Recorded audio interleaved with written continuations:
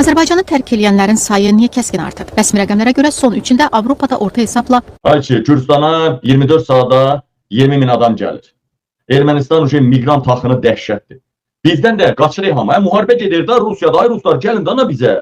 Və yaxud İranda savaş gedir. Ay İran ölkəsi, ay Farslar, Türklər gəlin də bizə. Ay özünü tanıyan Azərbaycana gələrmi? Azərbaycan qəbristanlıqdır. Azərbaycana gələni sıra zorlayacaqlar. Bax, Azərbaycan qaçır. Yeganə ölkəyik ki, hamıya müharibə gedən ölkələrdən getməyən ölkələrə axın var. Yeganə ölkəyik ki, bizdə tam tərsinədir. Bizdən qaçırlar.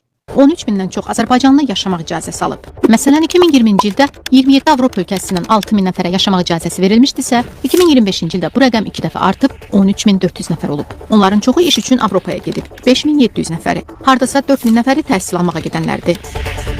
Gedənlərin 5000 nəfərə yaxını 20-35 yaşlı gənclərdir. Xaricdə çalışan professor Altay Göyüşov deyir, hələ bu rəsmi rəqəmlərdir və yalnız Avropaya gedənlərdir. Deyir, Türkiyə, Rusiya, Ukrayna kimi ölkələri, üstəlik qeyri-rəsmi rəqəmləri də nəzərə alanda məlum olur ki, hər il ölkəni minlərlə şəxs tərk edir.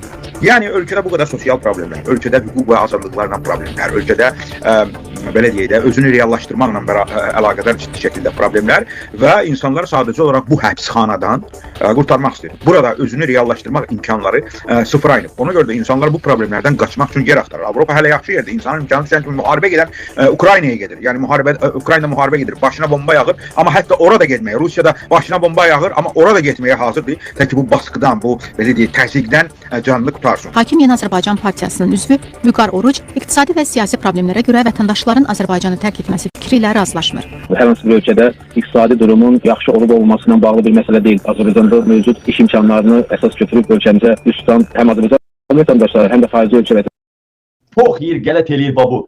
Deyir ki, Azərbaycandan kütləvi surətdə gedənlər var, bilirik. Amma Azərbaycana da işə görə gələnlər var. Statistik rəqəm qoyun ortaya görüm Azərbaycana. Hansı millət gəldi hansısa işi görməyə? Əvvəllər var idi, ingilislər var idi, kəmərdə, orada, burada, nə bilim, türklər var idi, İranlılar var idi. İndi deyin, indi kimdir Azərbaycanda işləyən? Azərbaycanda statistika qoydu ortaya ki, 10-cu, 15-ci, 20-ci, 25-ci illərdə bu qədər xaricilər işləyirdi, indi bu qədərdir. Görəcəksiniz ki, 90% xaricilər, 99% xaricilər qaçır.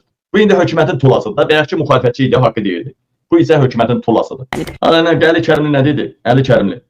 Ukrayna-Rusiya savaşının 2-ci ilin tamamında 1 milyondan çox adam oraya işləməyə gedib Rusiyaya. 2 il, savaşın qızğın gedən 2 ilində 1 milyon 200 min adam gedibsə Rusiyaya işləməyə, nədən danışmaq olar burada? Sadəcə hakimiyyətin heç nəyinə inanmayın. İlham Əliyevin ağız dəliyindən anons dəliyində fərq yoxdur. İlham Əliyevin ağzından da çıxanda hava çıxır da, danışır eləmi? Hava çıxır da, gedir gəlir. Elə bir ki, götündən də ozduraq çıxır. Götü ağzı fərqi yoxdur.